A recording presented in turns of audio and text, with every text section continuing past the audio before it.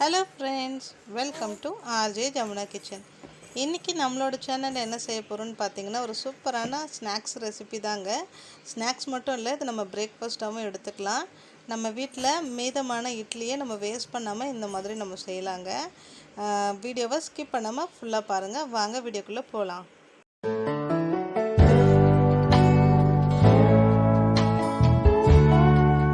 Fry பண்ணுறதுக்கு நான் 4 இட்லி எடுத்திருக்கேன். இதை வந்துட்டு நீட்டாக நான் கட் பண்ணிக்க போகிறேங்க. ஃபிஷ் ஃப்ரை மாதிரி இருக்கும், அதுக்காக வந்துட்டு நான் இந்த ஷேப்பில் நான் கட் பண்ணுறேன். நமக்கு என்ன ஷேப் வேணுமோ நம்ம அந்த ஷேப்பில் கட் பண்ணிக்கலாம்.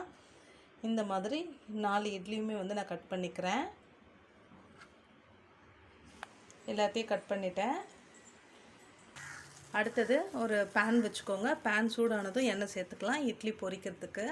இது பொரிக்கிறதுக்கு தேவையான அளவு கொஞ்சமாக எண்ணெய் சேர்த்துருக்கேங்க. எண்ணெய் சூடாகிடுச்சு. நம்ம கொஞ்சமாக போட்டு பொரித்து எடுத்துக்கலாம். நீங்கள் வேணும் அப்படின்னா தோசை கல்லில் கூட நீங்கள் போட்டு பொரித்து எடுத்துக்கலாங்க. நல்லா மொறுன்னு பொரித்து எடுத்துக்கோங்க. இது ஒரு சூப்பரான ஈவினிங் ஸ்நாக்ஸாக கண்டிப்பாக இருக்கும். லெஃப்ட் ஓவர் இட்லியே இந்த மாதிரி ஸ்நாக்ஸ் மாதிரி நம்ம செஞ்சு சாப்பிடலாம். ரொம்ப சூப்பராக இருக்கும். ஒரு பக்கம் வெந்ததும் இன்னொரு பக்கம் திருப்பி விட்டுக்கலாம். ஒரு 1 or 2 minutes தான் ஆகும். இந்த கலர் வந்ததும் நான் இது எல்லாத்தையும் எடுத்துக்கிறேன். இது சரியாக இருக்கும். இந்த கலரில் எல்லாத்தையும் இதே மாதிரி பொரித்து எடுத்துக்கலாங்க. பாருங்கள், எல்லாத்தையும் பொரித்து எடுத்துக்கிட்டேன்.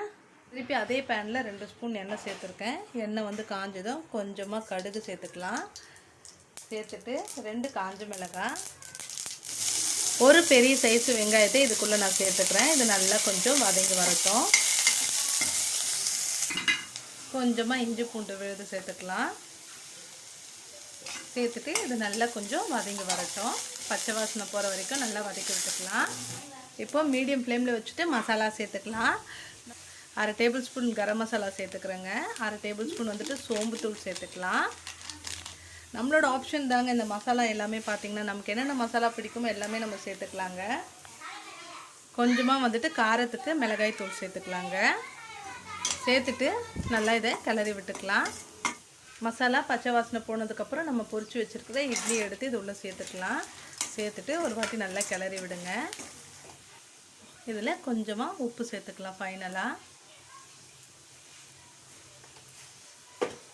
சேர்த்துட்டு இது நல்லா மிக்ஸ் பண்ணி விட்டுக்கலாம். ஃபைனலாக கொஞ்சம் இதில் மிளகுத்தூள் சேர்த்துக்கலாம். ஃபைனலாக இதில் கொஞ்சமாக கொத்தமல்லி தூவி நம்ம ஸ்டவ் ஆஃப் பண்ணிக்கலாம். ஆஃப் பண்ணிவிட்டு ஒரு பிளேட்டுக்கு நம்ம இதை மாற்றிக்கலாங்க. பாருங்கள், நம்மளுடைய லெஃப்ட் ஓவர் இட்லியில் ஒரு சூப்பரான பிரேக்ஃபாஸ்ட் இல்லைனா நம்ம ஒரு ஸ்நாக்ஸ் சூப்பராக செஞ்சுட்டோம்.